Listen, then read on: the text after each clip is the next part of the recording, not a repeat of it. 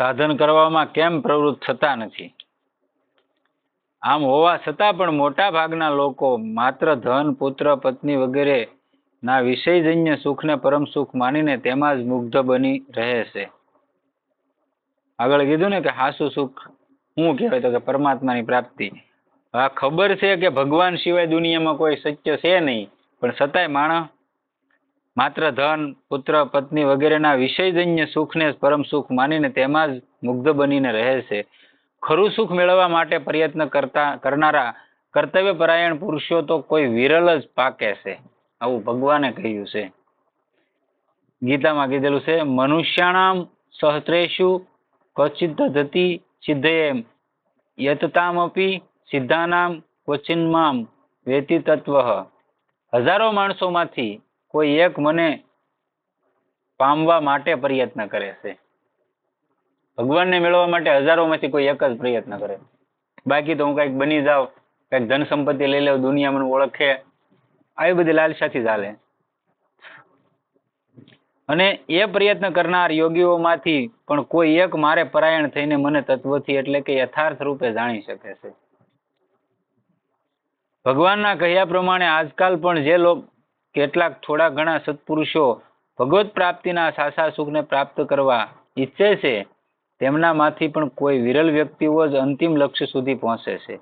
મોટા ભાગના સાધક તો થોડુંક જ સાધન કરીને અટકી જાય છે અને તેઓ પોતાને અધિક ઊંચી સ્થિતિએ નથી લઈ જઈ શકતા. મારી સમજ પ્રમાણે એમ થવા પાછળ નિમ્નલિખિત કારણો હોઈ શકે છે. કોઈ એવા કારણો હોય કે જે એ માણસ ત્યાંથી ભટકાવી દે. તો એ બતાવે છે શું કારણો. સંસારમાં આ સિદ્ધાંતના સુયોગ્ય પ્રસારકો ઓછા છે, કારણ કે આ સિદ્ધાંતના પ્રસારકો ત્યાગી, વિદ્વાન, સદાચારી, પરિશ્રમી અને સાચા મહાપુરુષો જ હોઈ શકે છે. સાધકો થોડીક પ્રગતિ થતા જ પોતાને કૃત્ય સમજીને અધિક સાધના કરવાની આવશ્યકતા જ નથી સમજતા. થોડુંક મળી જાય એટલે પછી કઈ સાધના બાધના કરવું ન પડે. થોડાક બાપુ ગામ કહેવા મળ્યું અને 5 પૈસા આવવા મળ્યા એટલે કે હવે આપણે સાધન ભજન કઈ કરવું પડે નહીં, હાલ્યું ગાડું. આવું જીવન થઈ ગયું. અત્યારે સાધુ એવી રીતના અમુક જીવે છે. આપણા મઠાધારી આશ્રમોધારી એ જ કરે, ભજન તો થાય નહીં તો શું કરવાના એવું. અને પછી આ સમાજને કોઈ માણસ ત્યાં જતો હોય તો ત્યાંથી શું સંસ્કાર લેવાનો? એવા સંસ્કાર આવવાના છે ને. અત્યારે માણસ ભજન નથી કરતો એનું મેન કારણ આ છે. એટલે માણસ એમ કે ભાઈ ફલાણા બાપુના એમ પગ પકડી લીધા ને અમારી માથે હાથ મૂકી દીધો, અમારું કલ્યાણ થઈ ગયું. એટલે ગાંડા ભાઈ, તારું કલ્યાણ થયું નથી. એ તો તારા હતું જ તે તારા પૂર્વનું બધું તારી પાસે. એ તને મળવાનું જ હતું. બાપુ મળ્યા તને મળી ગયું એવું નથી. ભગવાનનું નામ લે, તારું નિશ્ચિતપણે કલ્યાણ થઈ જાય. કોઈ નામ પકડી લે, એક રામ, કૃષ્ણ, શિવ, હરિ, ગમે એક નામ પકડી લે.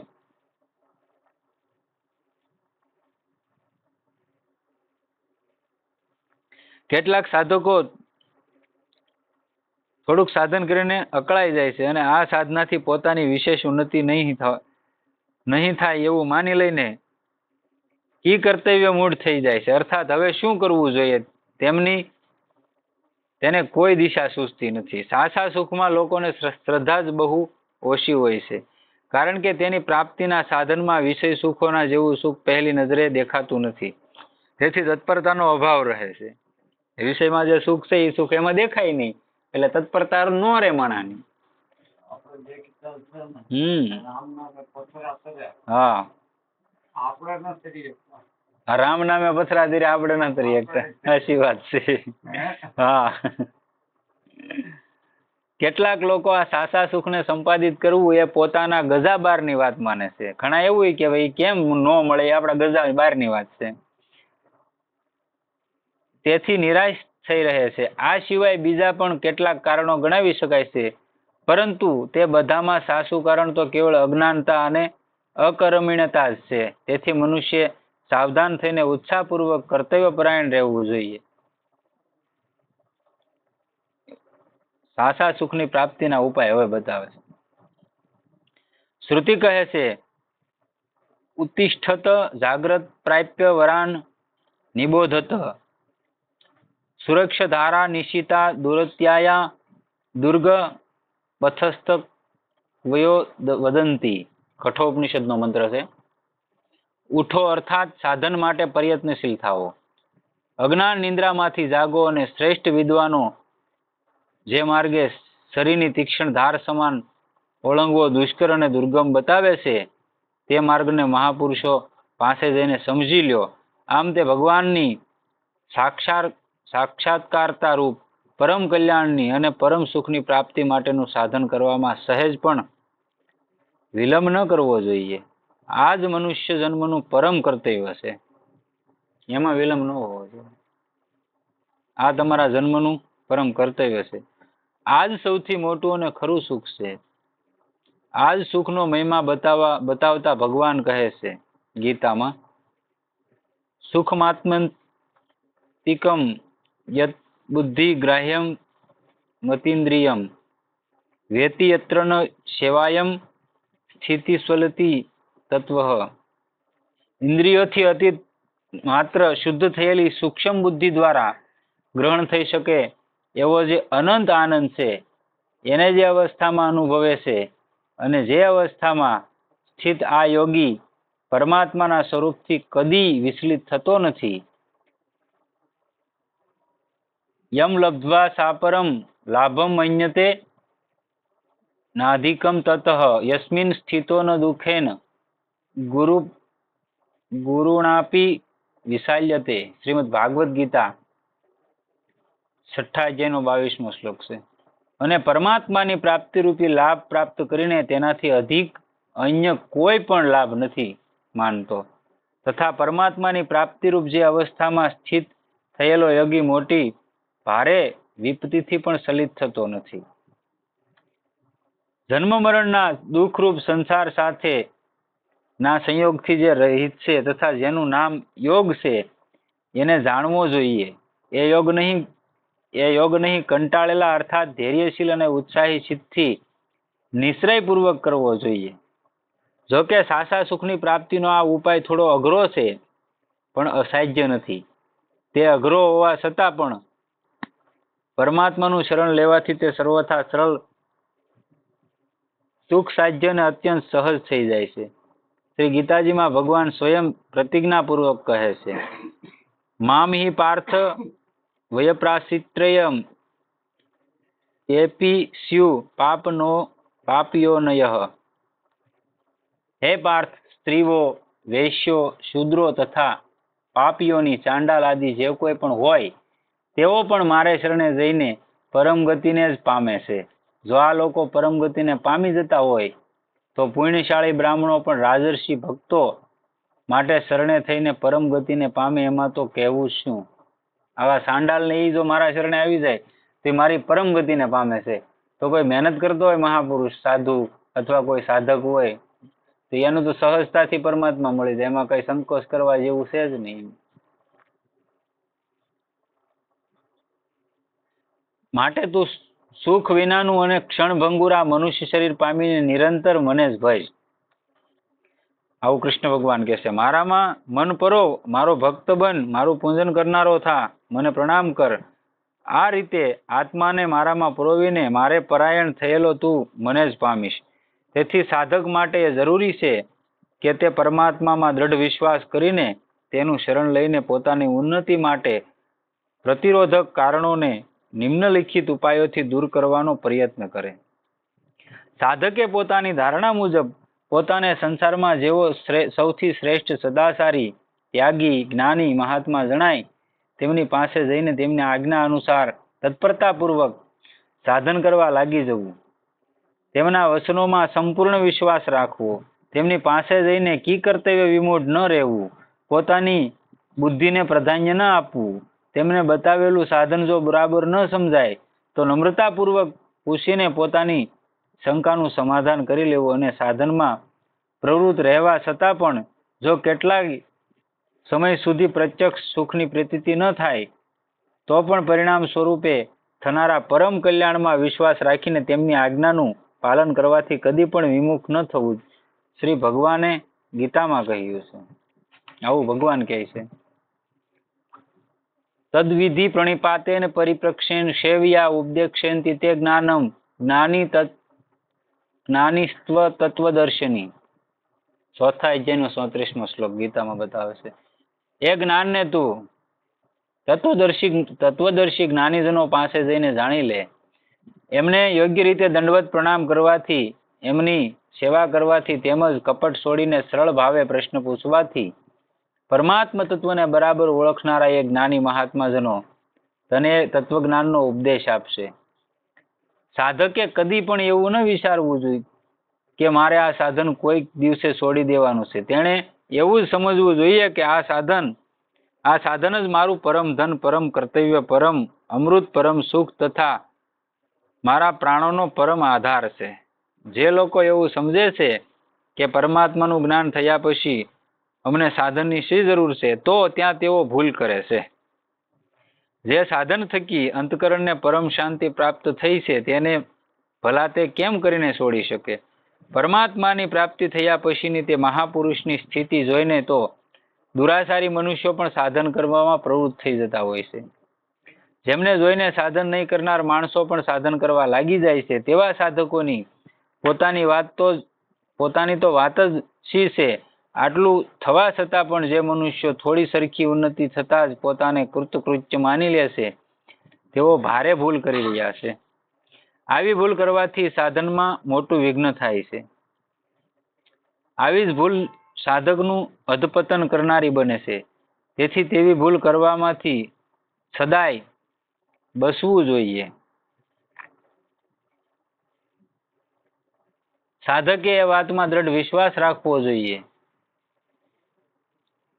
કે ભગવાનના શરણે ગયેલા કર્તવ્યપરાયણ મનુષ્ય માટે કોઈ પણ કાર્ય દુઃસાધ્ય નથી.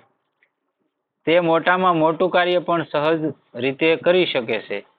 ખરેખર તો આ શક્તિ પ્રત્યેક મનુષ્યોમાં છે. પોતાની શક્તિનો અભાવ માનવો એ સમજો કે પોતે જ પોતાનું પતન કરવા બરાબર છે. ઉત્સાહી પુરુષ માટે કષ્ટસાધ્ય કાર્ય પણ સુખ સાધ્ય થઈ જાય છે. પ્રત્યેક સાધકે પોતાની પરીક્ષા પોતે જાતે જ કરતા રહેવું જોઈએ. સૂક્ષ્મ દ્રષ્ટિએ વિચાર કરી જોતા પોતાનામાં છુપાયેલા દોષો પણ પ્રત્યક્ષ દેખાવા લાગે છે. સાધકે જોવું જોઈએ કે તેનું મન પોતાને વંશ શુદ્ધ, એકાગ્ર અને વિષય વિરક્ત થયું છે કે નહીં.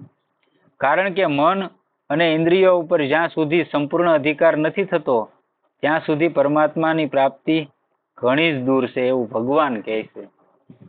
મન અને ઇન્દ્રિયો માથે કાબુ થઈ ગયો તો પરમાત્મા મળી જાય છે. એ ગીતામાં કહે છે, અસંશયાત્મા યોગો દુષ્પ્રાપ્ત ઇતિ મે મતિ વશ્યાત્માના તું યતતામ શક્યો વાપ્યુમુપાયત. જેનું મન વશમાં કરાયેલું નથી એવા માણસ દ્વારા યોગ દુષ્પ્રાપ્ય એટલે કે પ્રાપ્ત થવો મુશ્કેલ છે.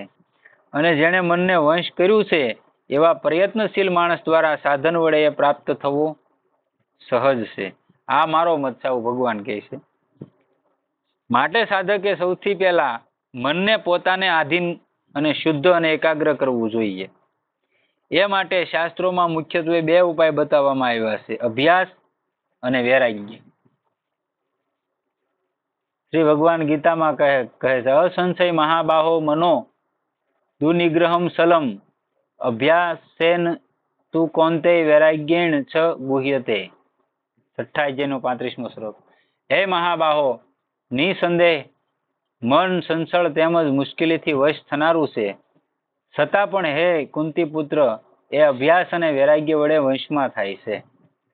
નગર મન સંસળ છે એટલે અહીંયા અસંશયમ મહાબાહો મનો દુનિગ્રહમ સલમ એટલે સંસળે છે, નિગ્રહ દુનિગ્રહમ છે. પાતંજલ યોગ દર્શનમાં પણ આ જ રીતે કહ્યું છે, અભ્યાસ વૈરાગ્યાભ્યામ તન્નિરોધ. અભ્યાસ અને વૈરાગ્યથી તેમનો ચિત્તવૃત્તિનો નિરોધ થાય છે. આવું યોગ સૂત્રમાં પાતંજલિ પણ કહે છે.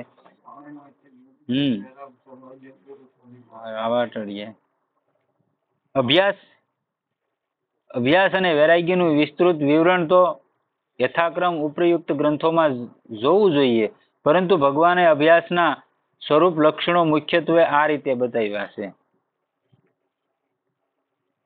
આ સ્થિર ન રહેનારું અને સંસળ મન જે શબ્દાદી વિષયમાં નિમિત્તે સંસારમાં વિસરે છે તે વિષયમાંથી રોકીને એને વારંવાર પરમાત્મામાં જ નિરુદ્ધ કરવું. વૈરાગ્યની બાબતમાં ભગવાને કહ્યું છે, જે આ ઇન્દ્રિય અને વિષયોના સંયોગથી ઉત્પન્ન થતા સર્વ ભોગો છે તે બધા જો કે વિષય માણસોને સુખ સ્વરૂપ ભાસે છે, તો પણ નિશંકપણે દુઃખના જ હેતુ છે. વળી આદિ અંતવાળા એટલે કે અનિત્ય છે. માટે હે કોંતે ડાહ્યો અને વિવેકી માણસ એમનામાં આસક્ત રહેતો નથી.